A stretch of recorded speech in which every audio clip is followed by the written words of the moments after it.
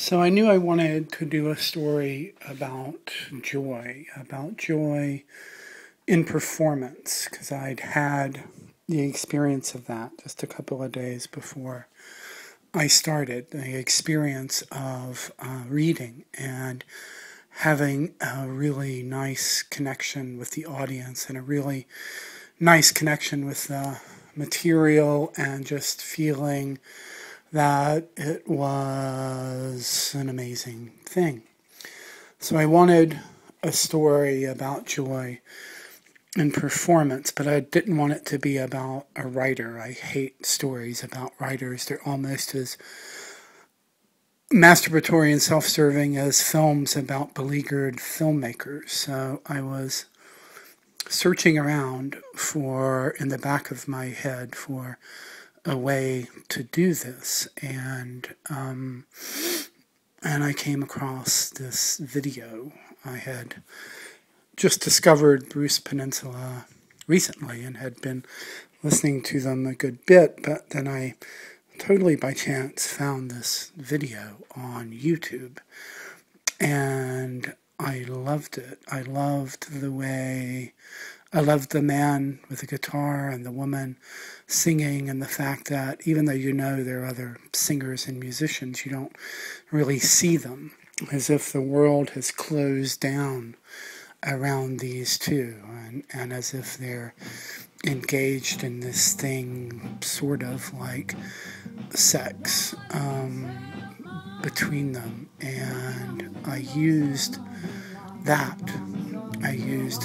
video and that song and that the feel of that for the first section of the story. It took me a while to figure out how it needed to be. It took me a while to figure out what the story was, but that was the start. The start was my experience reading at an event and stumbling across this video and the strange sparks and resonances that those two things created.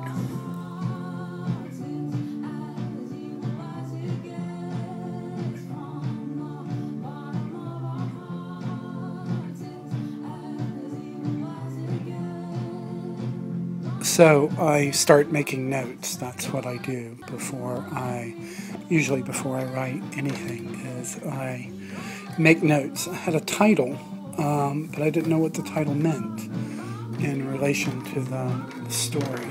I don't usually get titles, so I felt very privileged to actually have one.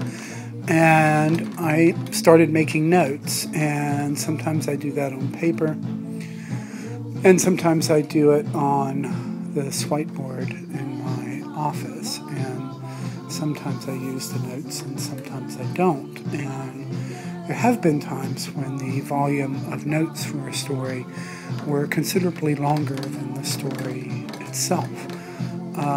But I needed to work out a structure. I needed to know who the characters were in this story, and that's how I do it, by just kind of associating and following associations and backing out of blind alleys and writing down blind alleys until I decide whether they're actually blind or not. So I made a lot of notes for probably about a week or a week and a half.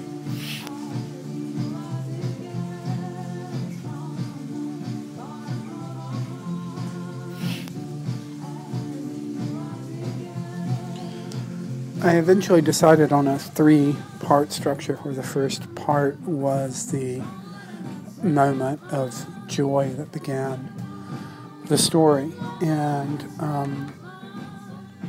I used the song "Salesman" by Bruce Peninsula as the kind of oral inspiration for that, sort of in the same way that filmmakers sometimes use recorded music to edit films, because the music has a certain kind of mood or a certain kind of momentum or a certain quality that that they want in the film, and sometimes they end up using that song in the film itself. So I started with that. I had a vague idea of the two main characters, Nathan and Sarah, and a vague idea of where the story was going, and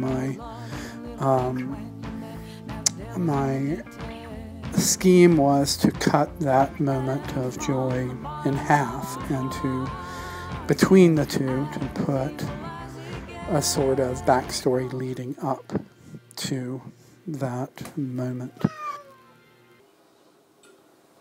Leonard, I believe I may have a first sentence.